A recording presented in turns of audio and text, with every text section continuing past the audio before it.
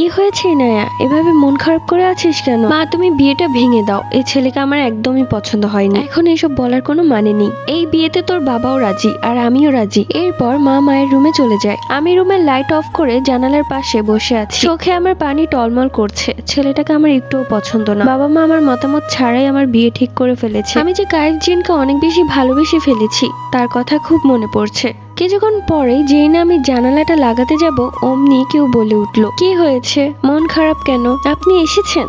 না আসলেই তো ভালো হতো। আমার বিয়ে ঠিক হয়ে গেছে, তাও আবার মেম্বরের ছেলের সাথে।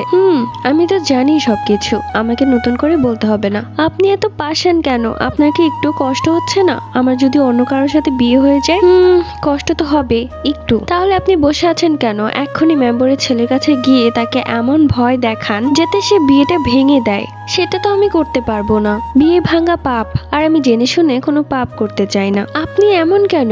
আপনি কি আমাকে ভালোবাসেন না? সত্যি বলতে তোমার প্রতি আমার কোনো ভালোবাসাই আসে না। ঠিক আছে, তাহলে আজকে থেকে আপনি আর কখনোই আমার সামনে আসবেন না। এভাবে বলছো কেন?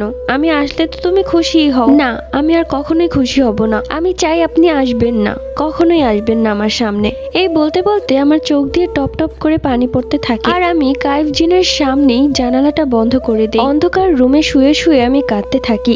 আমি কাকে ভালোবাসলাম তো, তাও আবার একজন জিনকে, যে কিনা আমার মনের ব্যথা বুঝে না। কান্নাকাটি করে অনেকক্ষণ পর আমার মনে হলো যে তার মুখের উপর এভাবে জানালাটা লাগিয়ে দেওয়া ঠিক হয়নি। তাই আমি জানালাটা খুলি, কিন্তু সেখানে আর কাউকেই দেখিনি। ভাবলাম হয়তো সে চলে গেছে, কিন্তু কায়েব জিন তখনও সেখানেই দাঁড়িয়ে ছিল। সে অদৃশ্য ছিল। ইনায়া তাকে দেখতে পারছিল না। আসলে কায়েব জিনও ইনায়াকে ভালোবেসে ফেলেছে, কিন্তু সে চাচ্ছে না যে তার জন্য ইনায়ার বিয়ে ভেঙে যায়, এবং একজন জিনের কারণে মানুষ জাতির বিয়ে ভেঙে যাওয়া অনেক বেশি লজ্জাজনক। দেখতে দেখতে ঘনিয়ে এলো বিয়ের দিন। লাল বেনারসিতে ইনায়াকে অনেক বেশি সুন্দর লাগছে, একদম লাল টুকটুকে বউ লাগছে। এই কয়েকদিন ইনায়া একদমই ঘর থেকে বের হয়নি। সারাদিন রুমের এক কোনায় নিজেকে গুটিয়ে রেখেছিল ইনায়া। প্রত্যেকদিন রাতে কায়েব জিন এসে ইনায়ার জানালার পাশে দাঁড়িয়ে ইনায়াকে কান্না করতে দেখেছে, এবং সেও কান্না করেছে। চলে এলো বরযাত্রী। এই সর বউকে দেখতে দে। ইস, দেখ আমার ভাইয়ের বউকে কত সুন্দর লাগছে।